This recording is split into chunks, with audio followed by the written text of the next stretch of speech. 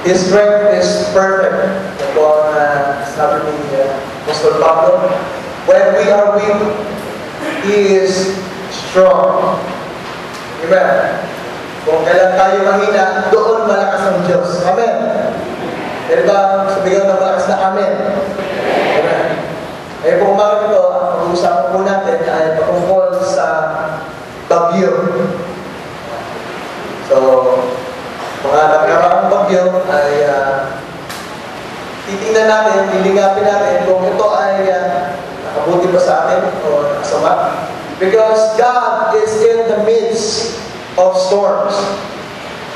Amen.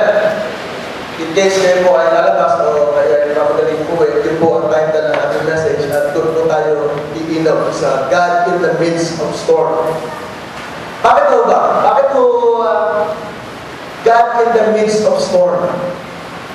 Pag minsan to, madalas ang ating kaisipan ay ang Diyos ay nasa mga magagandang lugar lang. Yan, pagka ako napunta sa Disneyland, yun, nandun si Lord. O kaya, pagka yumaman ako si Lord talaga totoo.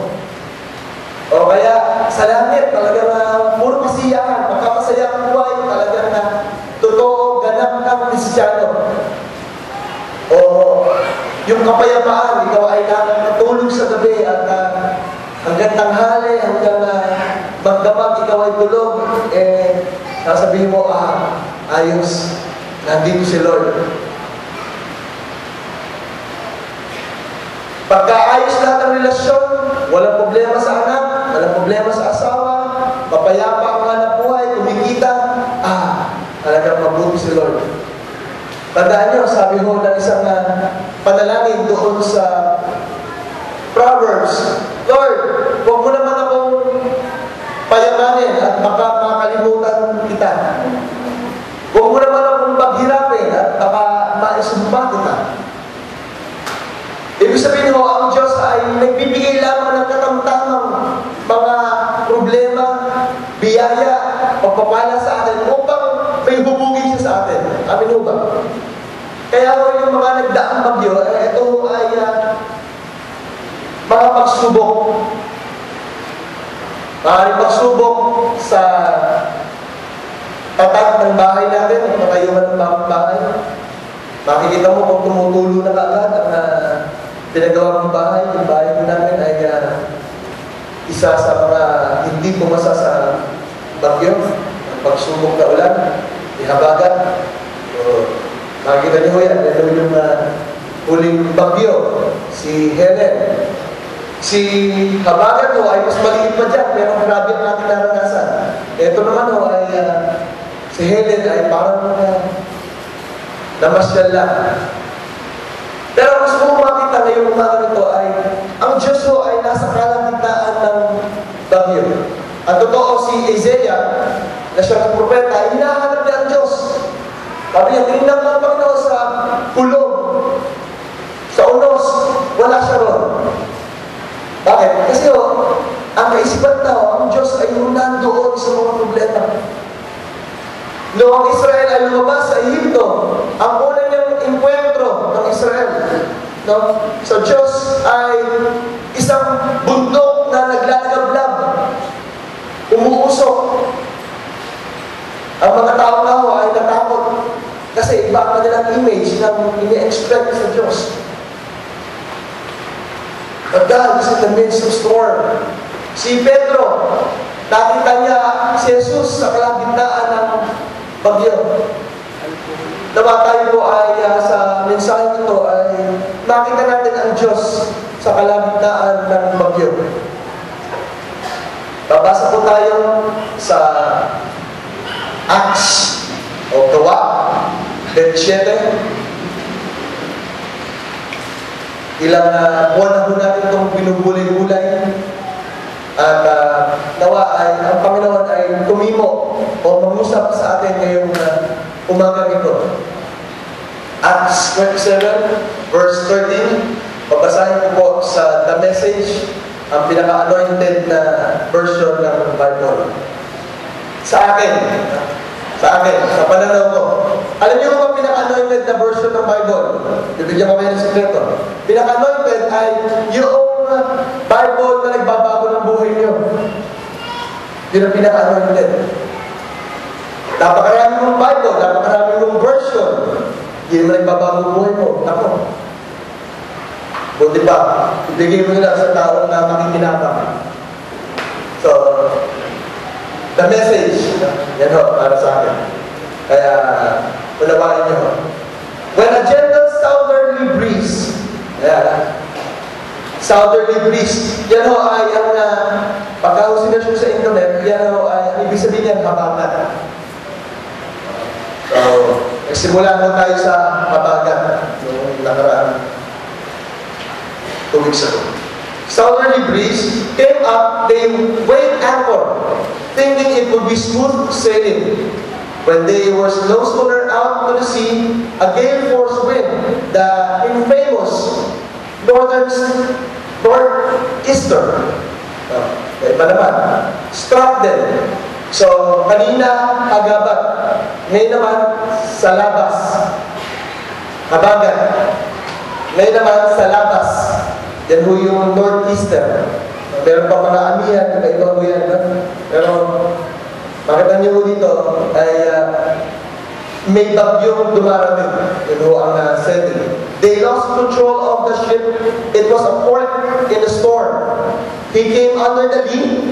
Yung pong lee ay magandang pangalan. Ang ibig sabihin niyan ay shelter or covering. He came under the lee of a small island named Clauda and managed to get a lifeboat ready and trim the sails. But rocky shoals prevented us from getting close. So, yung nagrekwento ko, kasama mo dito, si Luke, ang sumulat ng mga gawa. We only managed to avoid them by throwing out drift anchors. Verse 18, next day, out of the high seas, again and badly damaged now by the storm, we dumped the cargo aboard. Sobrang grabe na yung dating ng bagyo, damage na, nagsisimula na silang magtago ng mga gamit. The third day, the sailors lightened the ship further by throwing off all the tackle and provisions. It had been many days since we had either seen the sun or stars. Wind and waves were battling us unmercifully, and we lost all hope of rescue.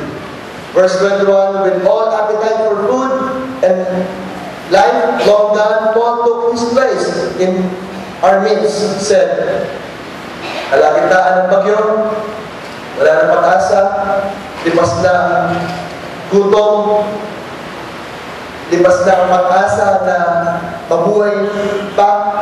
Tumayo si Pablo, sabi niya, friends, you know you should have listened to me back in Crete. Kasi previously, bago sila umalis, binalaan na sila, binakingan na sila ni Pablo, ako mabagyo. August ngayon. Nagbigay ng warning. August ngayon, may bagyo darating. Una tayong lumakad, pero matigas yung ulo ng mga tao ay sa lawa ay tumulog. You should have listened to me back in Crete. We could have avoided this all trouble and trial, but there's no need to dwell on that now. Kalimutan mo na yun. From now on, things are looking up. I can assure you that there will not be a single drowning among us, although I can say much for the ship. The ship itself is doomed. Last night, God's angel stood at my side.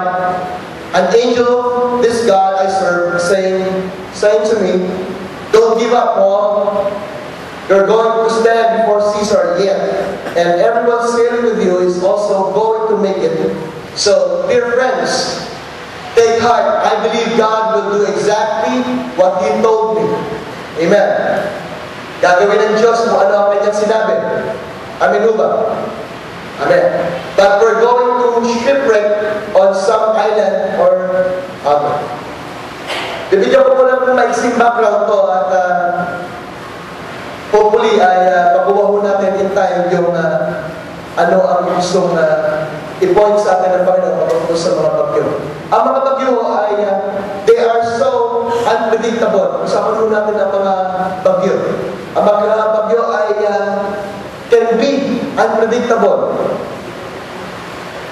Minsan habagat, minsan amihan. Ayan niya ho, hangin niya ho, bakit bigla akong nagtakasa ng tubig at ano. So hindi mo natin masabi. Alam niyo mga pagsubok, ganun po din. Ang mga pagsubok, unpredictable. Pag nagigising ka, ang gising mo sa umaga, akala mo okay lahat.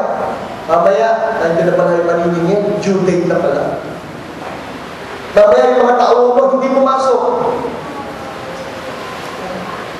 Mamaya yung sweldo mo, hindi mo pa sweldo. O kaya, bigla na buntis yung anak mo, nag-aaral mo. Yung mga pagsubok, hindi mo unpredictable.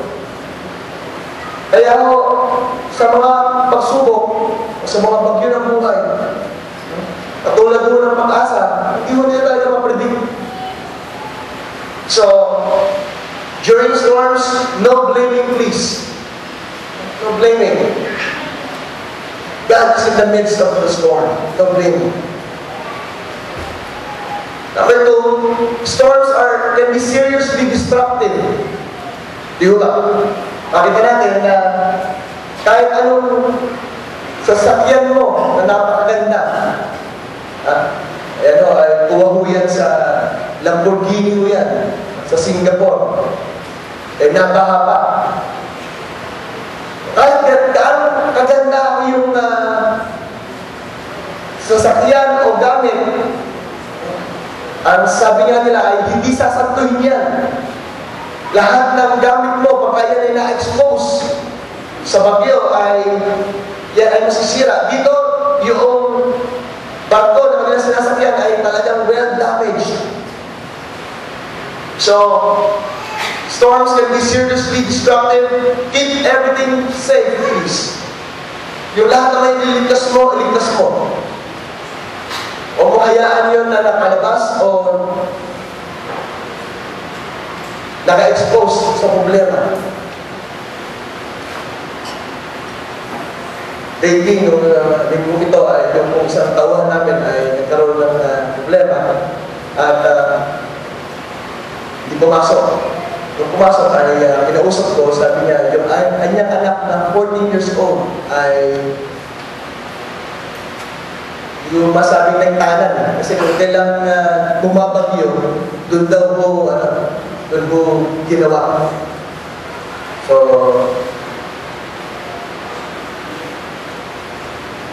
"14 years old, gusto mong ipakasal. Bawal pala. Hindi pwede. Hindi pwede ipakasal ng 14 years old." Sabi nung DSWD, pagka kinasal mo yan, ikukulong mo kayo mag-asawa. Kukulong mag-asawa yung pagka kinasal mo yung 14 years old. Yung anak, yung tatay at nanay ay ikukulong. Sabi nila, dapat pinagsabihan yung mabuti yung anak mo. Alagaan yung mabuti yung anak mo. So, ganun pala. So, lahat ng kaya natin isalba mo natin. Yung within our reach, yung mga tao pag dapat magsabihan, yung dapat seryosohin. Baka may mga bagay kayo na hindi pa nagagawa, dapat ito gawin na natin because storms are coming and they can be seriously destructible. Number 3, storms are common and come often. Lagi ho yan. Lagi may bagyo. Alam na natin na taon-taon yan ay may bagyo. At sabi niya, ngayon, sabi ng pastor, ay ito na ang bagong normal. Yung ganyang baha, yan ang bagong normal. So mag-adjust lang mo tayo. Dito, nag-a-adjust na ng drainage. Papataas na sila dyan na. Nag-a-adjust. Dahil common na ngayon yan, yan ang takbuhan ngayon. Ito yung picture, yan mo yung PGH noong araw. So noong araw pa lang, binabaha na ang Pilipinas. Sabi ng 1 Corinthians 10:13, no temptations has overtaken you except what is common to man. So the message, maganda sabi, no test or temptation that comes your way is beyond the course of what others had to face. So yung kinakaharap mo, kinakaharap din ng iba. Yung pinagdadaanan mo, pinagdadaanan din ng iba. So, mapamayaman o mapahimahirap, lahat tayo inuulan. Mapa-scholar ka man o hindi ka nakapag-aral, lahat tayo kasama dyan. Nabanggit ko na sa inyo dati, no? Naglalakad kami sa Ortigas, tataas ang building, sabi ko, ano kaya, ang mga may-ari nito, wala kayong problema. Lahat ng tao may problema. Sino dito ang may problema? Tataas ko, hingin ko po ang inyong participation. Sabay-sabay ko tayo. Lahat ang may problema, magtataas ng kamay. Narinig ko ba ako na nasa likod? Lahat ang may problema, magtataas ng kamay. Sa bilang ng 3, 1, 2, 3, taas ang kamay. Tingnan mo katabi mo, kung nakababa ang kamay. Pati paa, taas. Bakit? Common eh. Lahat tayo. May problema. Mapagatas, mapa-tuition fee, ano man yan? Hanap buhay, lahat tayo may problema. So, storms are common, no pointing finger, please.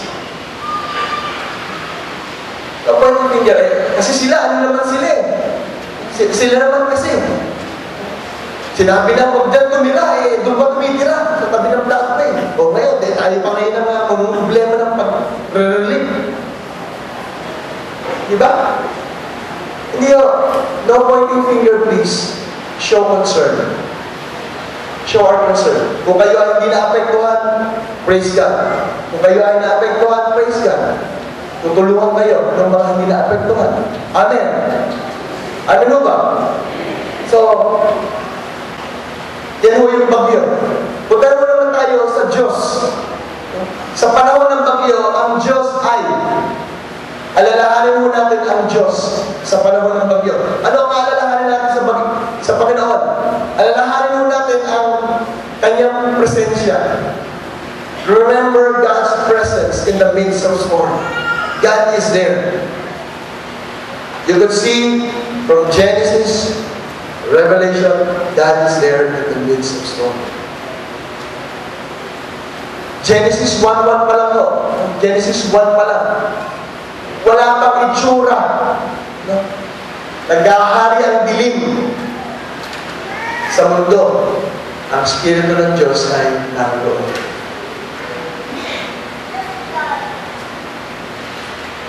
Remember God's presence.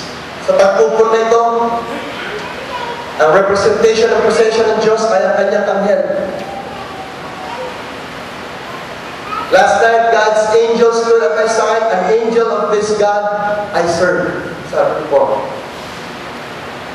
nandito ang Diyos kagabi habang umuulan. Sabi ko, alam mo, sa kalagitnaan ng mga problema, nandiyan ang Diyos. Nandiyan ang Diyos. Huwebes na umaga, o Biyernes, ay pag-isip ko po ay kala ko okay na. Pasok na. Ang daming sermon. Siyempre, privilege ka, di ba? Dapat okay lahat, Lord. Di ba? Privilege ako sa Sunday. Okay lahat, walang problema dapat. Hindi ho eh.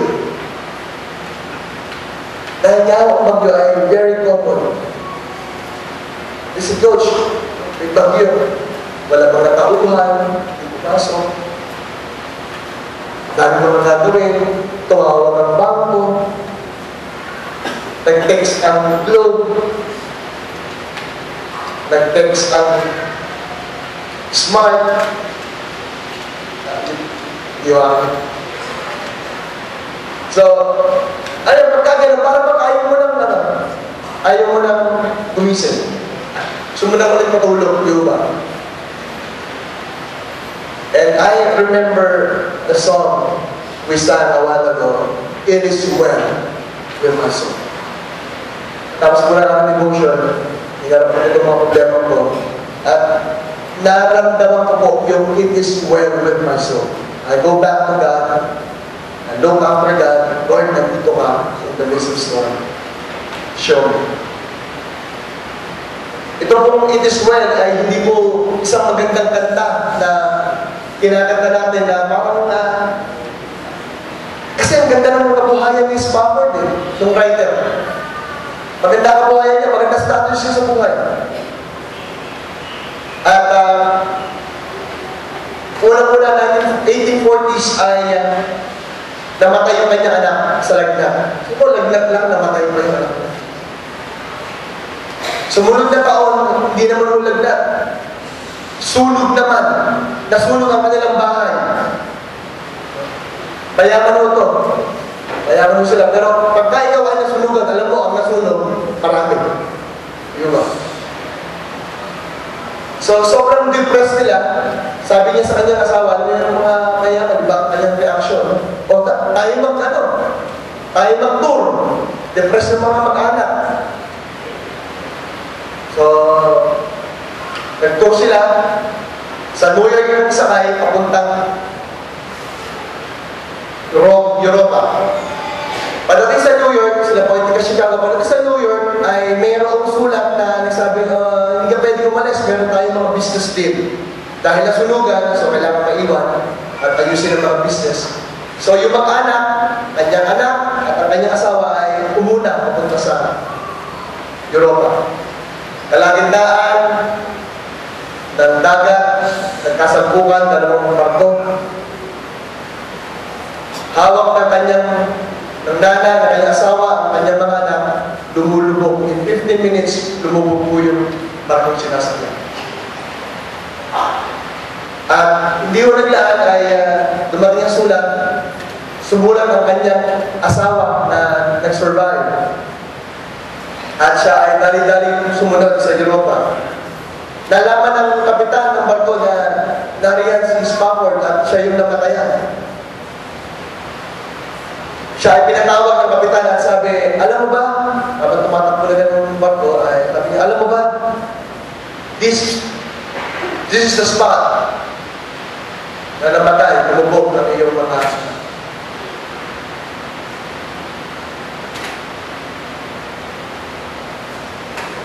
Di ko alam kung anong kanyang naramdaman. At di ko alam kung anong mararamdaman natin pagka dumarating yung ganun pagsubok. Alam mo ang ginawa niya? Pumunta sa kanyang kwarto. Nabasa 2 Kings 4:2. Her soul is vexed within her. She still maintains that it is well. Ano yun?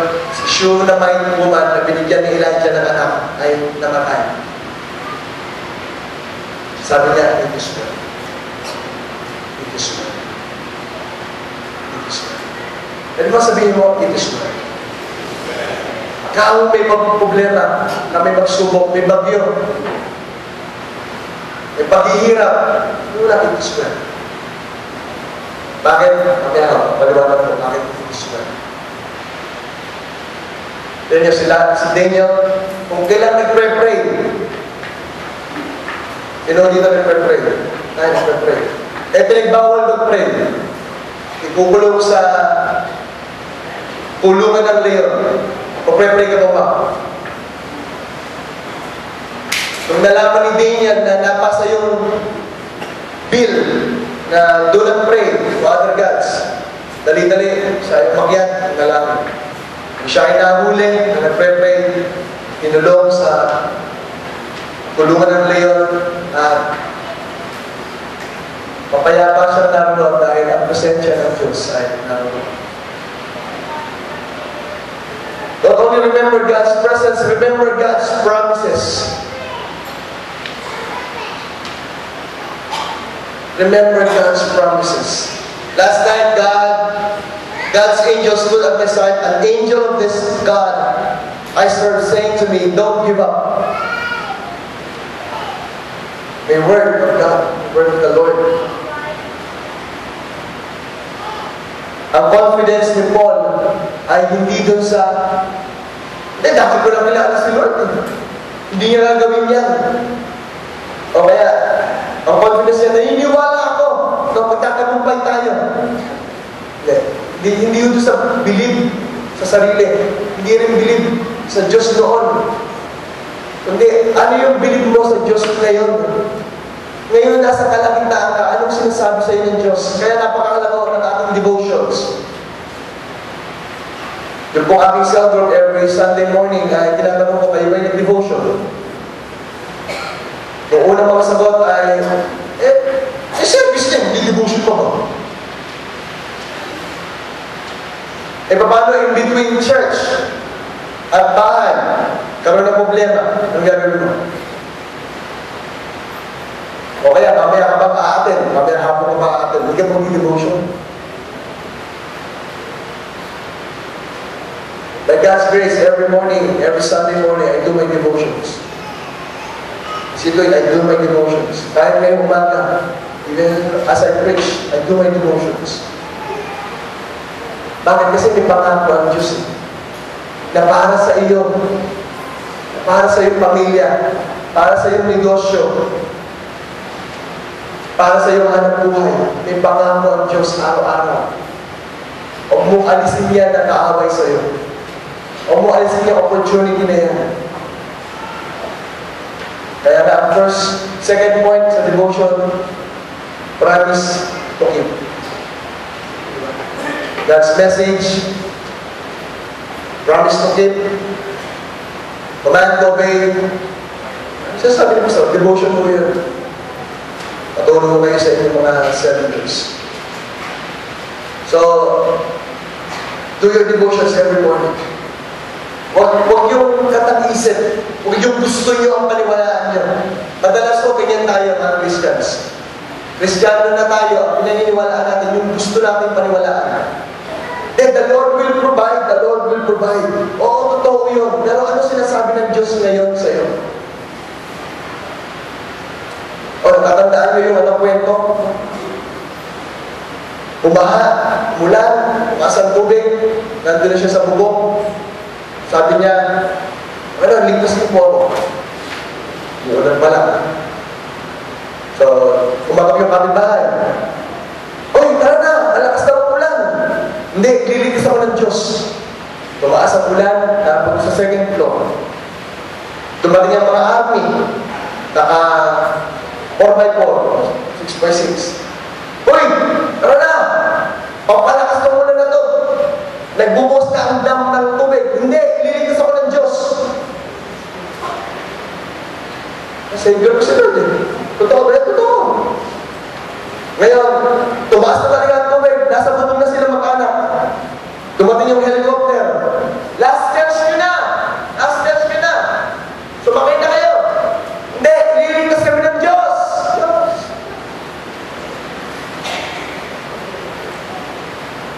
Tumaas ang tubig, nalulog ang mag-anak. Pagdating sa langit, sabi niya, Lord, kala ko ba yan kami ililigtas mo? Pag tinayaan mo kami mamatay. Pati ba nagpadala ng kapitbahay? Padala na ano? Pardon. Hindi ka sumakay. Pinadala mo na yun para iligtas ka. Kung minsan mo kasi ang gusto natin paniwalaan, yung gusto natin paniwalaan. Paniwalaan natin yung salita ng Diyos ngayong araw na ito. Yung salita ng Diyos ngayong araw na ito, nag-devotion ka, that's it. Remember God's promise. Remember God's purpose. Ano pala layunin ng Diyos? Si Paul. Iba layunin ng Diyos si Paul. Si Paul kasi, big time. Paul, big time. Si Paul kasi, kailangan niyo bang humarap kay Caesar. Sabi sa text. Di ba tayo mamatay? Bakit? May layunin ng Diyos sa buhay ko, haharap ako kay Caesar. Napakaganda. Pag-isa, kaya alam natin, ang layunin ni Paul, ng Diyos para kay Paul ay humarap sa mga Caesars, sa mga rulers. Wow, very impressive. Pag-isa, nakala natin, ang layunin ng Diyos kay Paul ay magsulat ng mga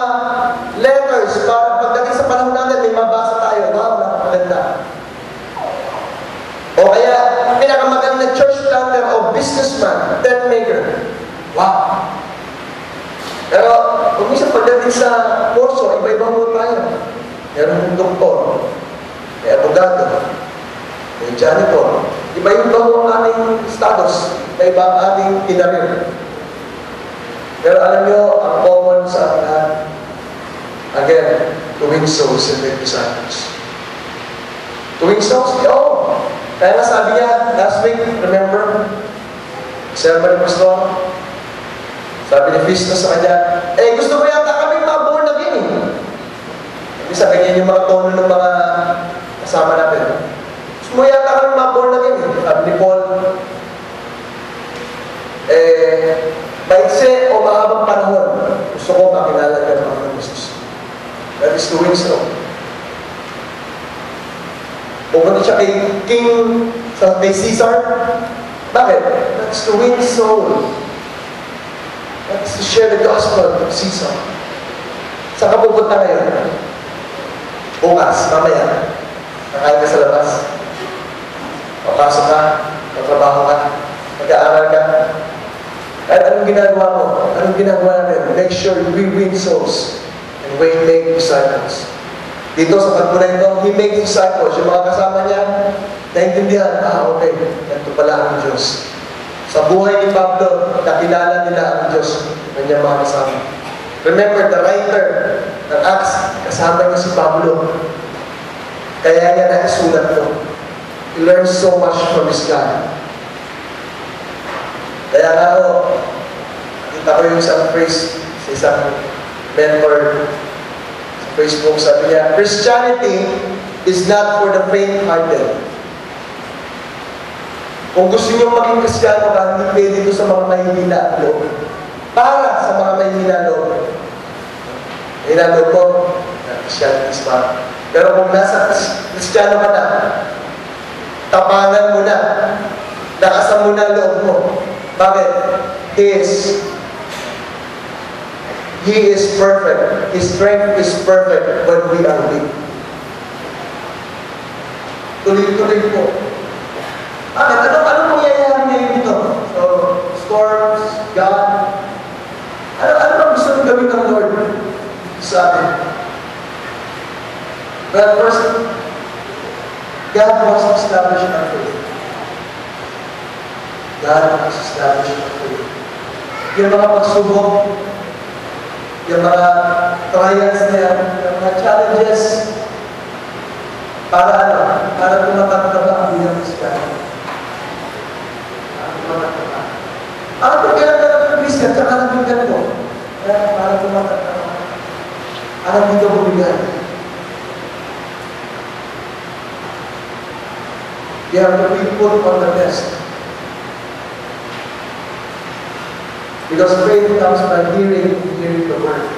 As we see God in the midst of these storms, He will hear you. At yung word na yun, hindi mapatagdag sa iyo daily. Parang sa iyo daily. Daily. Faith is established. Number 2, it escalates hope. Yung mga problema na yan, lalo yung nagbibigay ng mga pag-asa sa atin. God, in the midst of storm, pinapataas ito ang ating pag-asa. Sabi niya, dear friends, take heart, I believe God will do exactly what He told me. We're going to a shipwreck on some island of God. Walang mamamatay sa inyo. Bakit sinabi ng Diyos sa akin? At the end of the tunnel, there's hope. There's hope. No matter how dark it is, no matter how long it is, there is hope. When you see God in the midst of this storm, may pag-asa. Pangatlo po, it exhibits Christ's character. Lumalabas yung pagkatao ni Kristo sa atin. Yung katangian ni Kristo sa atin. Lumalabas. Paano pinapalabas ng tunay na ginto sa mga bato? Alam niyo ba? Sa mga alanero? Panood ko kayo pag natin yung kapuan ng ahas. Especially kay Kuya Paul. Kapanood ko niya, ay, grabe yung init. Tinutunaw. Ito tinutunaw ko. Pwede na kailangan tunaw na.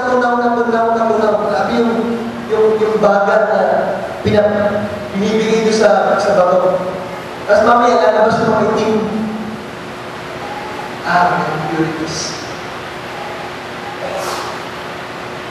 Kasi kaya yung character kailangan lumabas. Ano ba ito?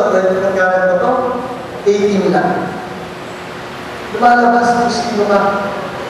Lumalabas kung ano yung katangian ni Kristo sa iyo. Ang katawan mo sa nakikita lalo sa iyo. Kaya kung isipin ng dulbin na ako, pasapasa na ako sa mga problema, hindi, nakikita si Kristo lalo sa iyo. On how you deal with things, nakikita lalo. Sabi niya, storms can be seriously destructible. Sabi natin, nakakasira ang bagyo. Ang nasisira yun, yung mga unchristian things in your life. Yung mga bagay na hindi Christian sa buhay mo, yun ang sisirain ng bagyo. Kaya may problema para masirain. Kaya may problema para matanggal yun. Kundi, hindi mo matatanggal. Ayaw mo tanggalin kasi. Kung sa atin lang, hindi natin tatanggalin. Gusto natin mapanatili doon sa ganun sitwasyon. Gusto natin sa mali. And God doesn't want sin in your life. Lilinisin ka ng Diyos. Lilinisin tayo ng Diyos. Kaya yung character ni Kristo nakikita sa buhay natin. Sabi ko kanina, Coach, storms are unpredictable. Mga problema, grabe. Hindi ka ba tapos sa isang problema, darating ka naman sa problema. At yung reaction mo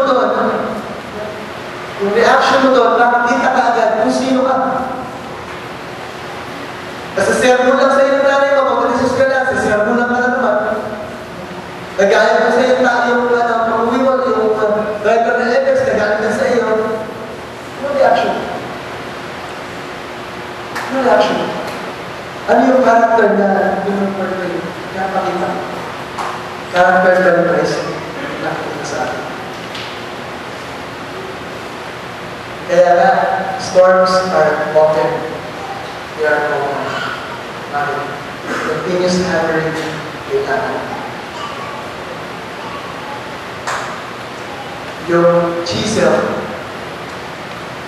kailangan yun ng isang kahoy para maugin kung gusto niya makuha sa akin. Tuloy-tuloy ang hanaw, tuloy-tuloy ang tanggal, para yung image, yung sculpture, lumakas. Pero din sa buhay natin, tuloy-tuloy. Bakit tuloy-tuloy? Ba't ganito? Para na mabuhog yung character ni Christ. Para makita lalo sa Kristo sa buhay. Pamuli, so that we can experience breakthrough. That we can experience breakthrough. It is normal for a 1-year-old kid na magsalita. Bakit? 1-year-old na eh. Normal din na magka nag-1-year-old lalakad. Bakit? 1-year-old na eh. Normal din na nagta-transition na yan mula sa gatas papuntang solid goods. Bakit? 1-year-old na eh. 3 months pa lang naglakad. 3 months pa lang nagsalita na. Breakthrough. Diba? Yung 6 years old, ano ang dapat na? Grade 12. Pero 6-year-old, na high school ang subject, breakthrough. Diba?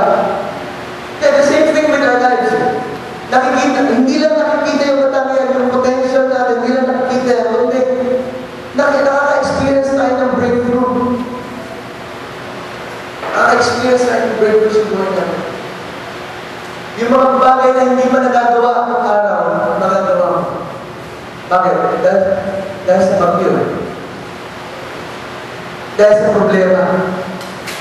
Dahil sa mga challenges. Dahil sa kahirapan. Lumalabas ng galing.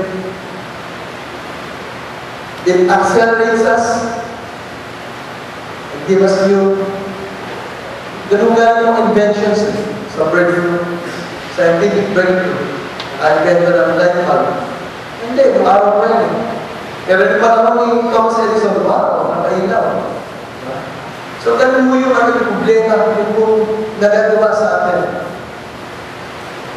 Ang mga bata, yung test, yung kung gitara, para kung maka-experience yan ng breakthrough, makita niya ng character, kailangan skilled hands.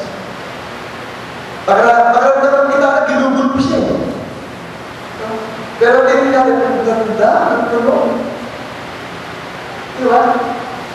Pagkaroon ng canvas, panila mo na. Pahit ito sa akin, pahit ang pangit ng artist. Drawing mo rin yan. So, akala natin, ginugol kita ng Diyos. Ito, pinakalabas mo. Pagandahan na. So, dahil ito experience the breakthrough. Yung mga bata, alam yung mga magulang, magiging mabuti kayo yung magulang, hindi pa ka mabait na anak.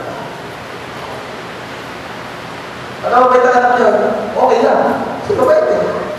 Pero pagka anak nyo, rebelde, at kayo nyo kayo, doon makikita. Doon makikita. Sa leaders. Pag kayo mga cell members nyo, lagi kumaatin at nagpe-perform na kanilang kailangan nagawa mo sa kanila. Challenge. Challenge. Dapat ka. Pero parang mo malalaman kung mabuti ka sa leader. Cell member mo, kumaatin. Cell member mo, ayaw mo bukas ng cell. Cell member mo, ayaw mo ba na encounter. Yun, doon na makakita kung mabuti ka sa leader. Dadalawin mo ba ba yan kahit ayaw mo din? O pre-pray mo ba yan kahit ayaw mo na? Sa relationships, kasama. Para makikita ka kung mabuti ka kasama. Pagka mabait ang kasama mo, okay lang. Maganda mo yung mabait. Pero pag ang anak mo, ang kasama mo ay hindi mabait. Wala ka ng pag-asawa mo. Doon kayo makikita kung sino ka talaga. And you will experience breakthrough dahil yung pag-ibig ng Diyos sasama sa iyo. Mga challenges sa buhay, dami natin. Dami natin. And I will end with this. Meron isang model ng puto na nahulog sa tabi ng isang puno.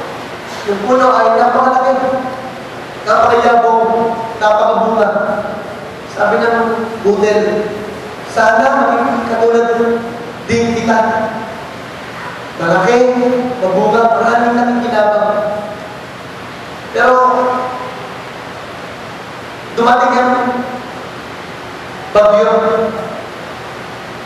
Sabi ng puno palangin sa budel, bawang ka lang dyan.